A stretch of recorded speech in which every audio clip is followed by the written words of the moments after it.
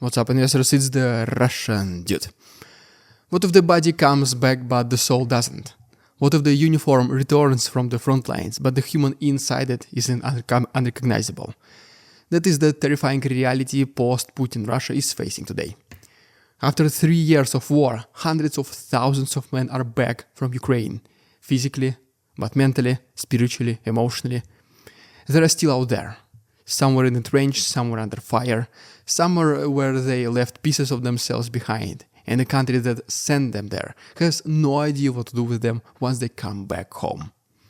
Sure, the losses are immeasurable, the ratios of injured and eliminated are off the charts, and the probability of never making it back home is the highest since the Second World War, but thousands will still return in one way or another. This episode is based on Novaya Gazeta's documentary, which is called The Returned. It talks about Russian soldiers who fought in Ukraine and came back completely different people. It is in Russian, so if you understand this language, definitely go ahead and watch it. Otherwise, I will summarize the most important points in today's video. What makes it really chilling is that it does not try to persuade you.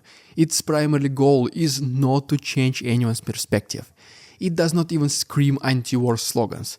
It just lets the broken voices of soldiers do the talking. And trust me, these voices are far louder than any protest chant. What we are dealing with is not just PTSD, it is mass psychological detonation. A generation of men have gone off to war, been chewed up, and spat back into a society that forgot them the second they left.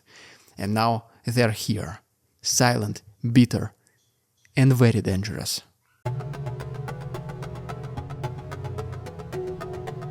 They walk the streets, they take the metro, they eat in silence, but inside they are screaming. Because they are still there, with their brothers, with the corpses they could not carry home. One man dreamt that he was among the dead, and worse, they were mad at him. Not because he lived, but because he left them behind. That's what this war does. It does not just kill the body, it traps the soul, and every man who came back knows it. They expected protests, they expected candles, vigils, angry mothers at the Kremlin's gates. What they got was complete silence. Worse than silence, forgetting even. Russia moved on, the war kept going, and they returned. They were left to rot in their own heads. PTSD in Russia is not a clinical diagnosis, it is a life sentence. No treatment, no therapy, no help. Just vodka, rage, and an internet connection. This trauma does not stay hidden. It spills out into families, into public spaces, into acts of random violence. It creates generational shockwaves that will outlive the war itself. Because when the state sends broken men back into the broken homes with nothing but medals and nightmares, what else can they expect? They see their brothers in dreams whispering accusations. They imagine the weight of unburied bodies. And all the while, their government pretends it never happened. They get no parades, no long-term benefits, no public honor, only an unspoken agreement that they should disappear quietly.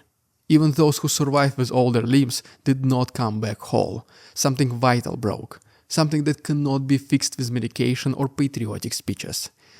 They feel betrayed.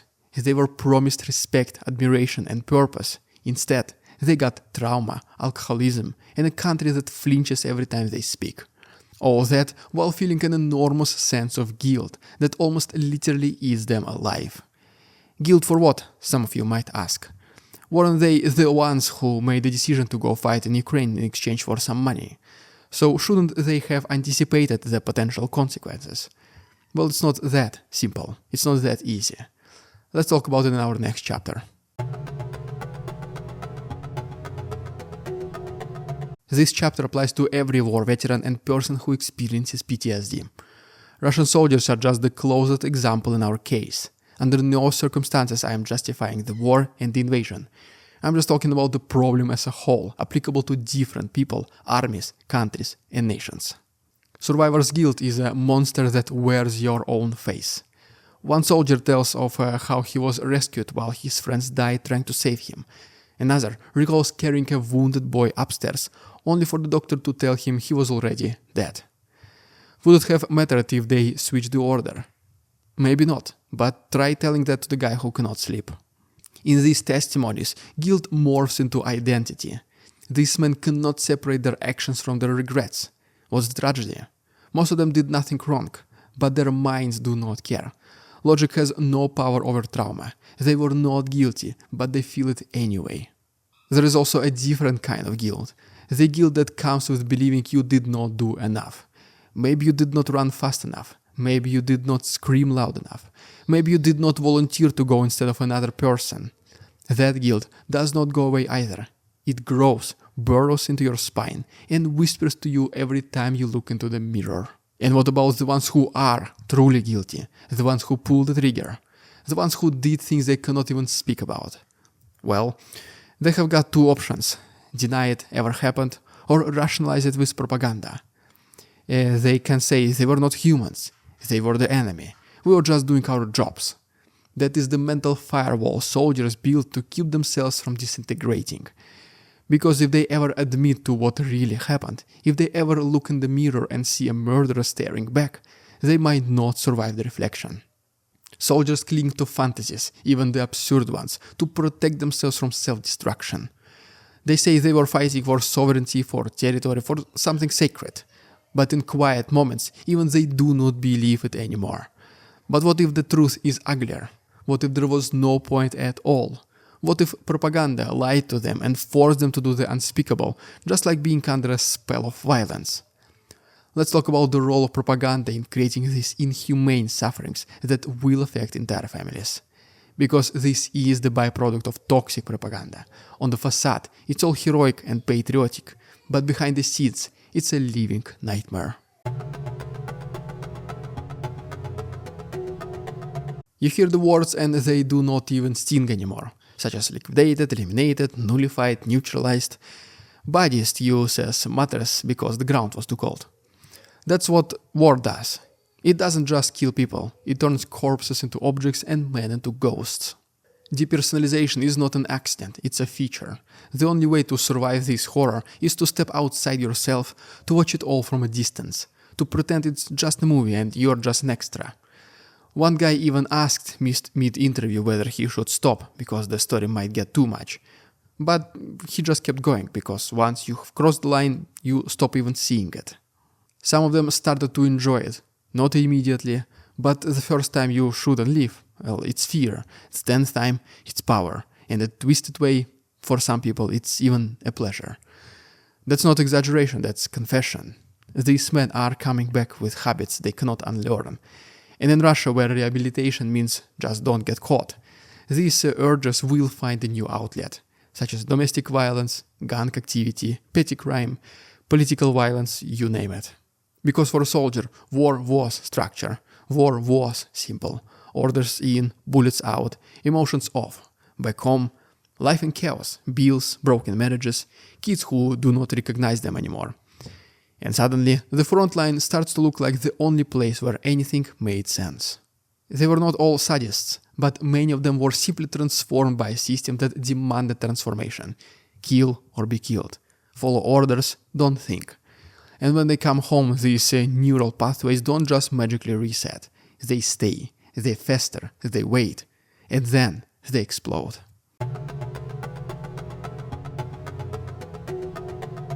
$500,000 men, 500,000 ghosts in flesh and still counting. That's what Russia is about to deal with, and no one is ready. Not the government, not the civilians, definitely not the soldiers themselves. These men thought they were going to be heroes. They believed the promises, fought for the bonuses or the medals, or the idea that someone someday would even thank them. But Russia has no idea what to do with heroes who come home without limbs or minds. What happens when society rejects them, when wives live in fear, when children inherit trauma like it's family debt? Some soldiers already live in poverty, denied even basic documentation because they do not have the right stamp in the right book, or because they did not shake the hand of a right person. What kind of country uses people like that and then discards them like scrap metal? And don't think this rage will stay quiet. It never does. Anger is an infection. It spreads, first in homes, then in streets, then in organized groups. That's how militias are born. That's how gangs rise. That's how failed states look from the inside. Some will seek revenge, not on Ukraine, but on the society that betrayed them. Some will retreat into paranoia, convinced that everyone is out to get them. Some will simply spiral out, dragging innocent lives down with them. And the saddest part, most will not even understand what is happening. Russia remembers what happened after the Chechen wars. The amputees begging in subway stations, the veterans tossed aside like broken toys. Nothing has changed, except now it's not just a few thousand, it is hundreds of thousands. If Russia had a reintegration program, things might have been different. If they provided therapy, job training, community support, maybe. But they don't. They won't. Because that would mean admitting the war broke people. And the Russian state would rather break more than admit it ever made a mistake. I mean, what else would you expect from a person who is ready to start the biggest war in Europe since the Second World War and kill millions, just not to admit he was wrong in the first place? Putin is playing a game of chess where he is the one and only king and has millions of pawns at his disposal. Well, there ahead, guys, in case you missed my Monday podcast where I'm answering your guys' questions, please go ahead and watch it, it's already uploaded on my channel. If you haven't done so already, please subscribe to my channel for more videos like this. If you wish to support my work, there are links down below. Thanks so much for watching, see you tomorrow. We won't succumb to their tricks, the facade they try to sell. Their twisted words and feeble claims on us all they cannot quell. We see through their lies, their feeble attempts to sway. We do not believe